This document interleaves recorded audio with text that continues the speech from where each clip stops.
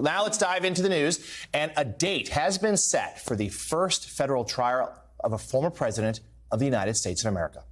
On Friday, Judge Aileen Cannon announced that Donald Trump will be due in court on May 20th, 2024, to face 37 counts related to his alleged mishandling of classified documents.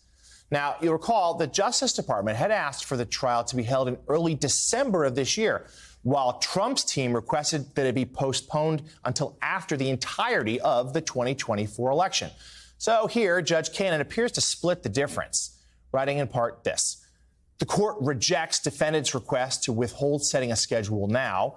Nevertheless, the government's proposed schedule is atypically accelerated and inconsistent with ensuring a fair trial. And news on the documents case comes as Trump awaits other possible charges for his alleged efforts to interfere in the 2020 election results.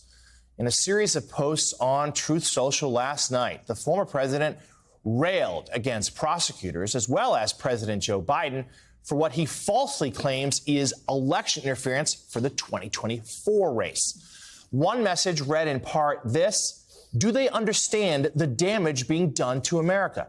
It will only get worse. We must stop these monsters from further destroying our country. Trump also shared this ominous post, which read, "Nothing can stop what is coming." Nothing. If there was any doubt about the meaning behind that message, the user who initially posted it later retruthed himself, this time with a QAnon slogan as a hashtag directed at the so-called leader of the far-right group. And of course, some of this language, as we heard also in that radio interview at the very top, Sam, just invokes a lot of the ominous warnings of surrounded January 6th.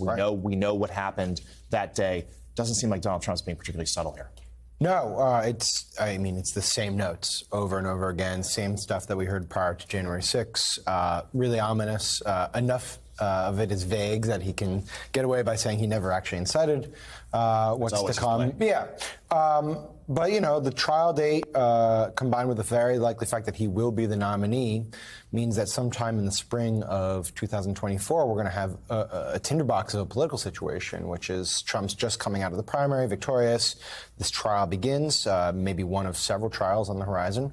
And this type of messaging is only going to be amplified, right? Because he's going to say this is why you're doing this in the context of the election. You're trying to diminish my standing. This is the only thing you have going for you, and then we'll see where that goes. And you know, look, I don't know what you're hearing on the Hill or what you're hearing from the Justice Department, but I have to imagine that they read these things, they see these things. I mean, how do you internally? How do you respond to that if you're sitting there near Merrick Garland or anyone else who's involved in these types of prosecutions? Well, the New York Times had a really interesting dive over the weekend about the budget that Jack Smith has said. It's around $25 million a year funneled direct just to Trump prosecutions, and in that amongst that pool of money, $1.9 million, I believe it is going to security for Merrick Garland and Secret Service detail because of the level of threats.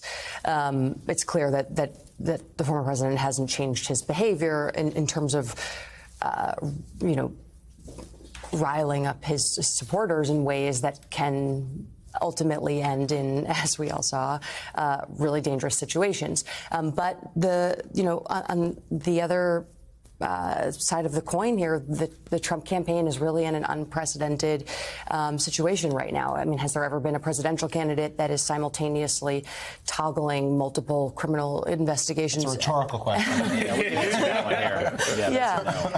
While also campaigning to be the president of the United States and raising records amount of money that are in the same vein going to his legal bills. So it's really an unusual situation. And we should note, Susan, that Trump, of course, last week said he received a target letter as part of the January 6th election interference investigation. There is some thought that the indictment could come as early as at some point this week. So that's going to be another moment where we already know put this May. I want you to talk about the trial date set there in May. It is, to Sam's point, probably coming out of the primaries at this moment. He's the front runner in the polls. He'll be the Republican nominee. It's in that window between the primaries and the conventions, and between when the general election really ramps up. And we may have the Republican standard bearer flying from courtroom to courtroom because there's a New York trial date set too.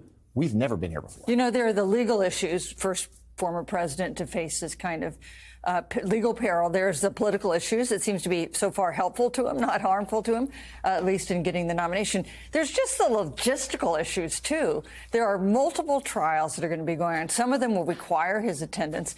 The judges are going to have to coordinate so that they don't have more than one trial date at the same time requiring his presence, not to mention the primaries in the campaign. I mean, to say that we've never been here before is to understate kind of the enormity. And I mean, there's almost a comic aspect when you look at the calendar for next year. Yeah, I mean, when you look at May, for the Republican Party, this is kind of the worst case scenario, right? You have him having to go to court.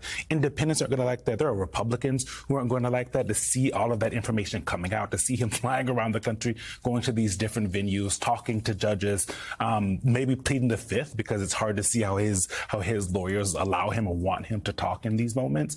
And that is going to be too late to change anything. That man if he is a nominee at that point, he will be the nominee in November, and it is hard to see how the Republicans get out of this one. I think, I talked to some folks over this weekend. They said, well, we could, if things go really bad, we could try to flip it and try to get a new person like they tried to do they had an idea of in 2016 after the Access Hollywood tapes came out. But that is not going to work. I don't understand. I don't see, especially as these veiled threats, barely veiled threats, are working out. And if the Republican Party actually has the gall to do this at that point. But Eugene, there's no sign the Republicans want to undo Exactly, this, right? exactly. I mean, one reason that this has strengthened this position in the party, not weakened, is because this is the direction that this Trump-defined Republican Party is heading, and not unhappily.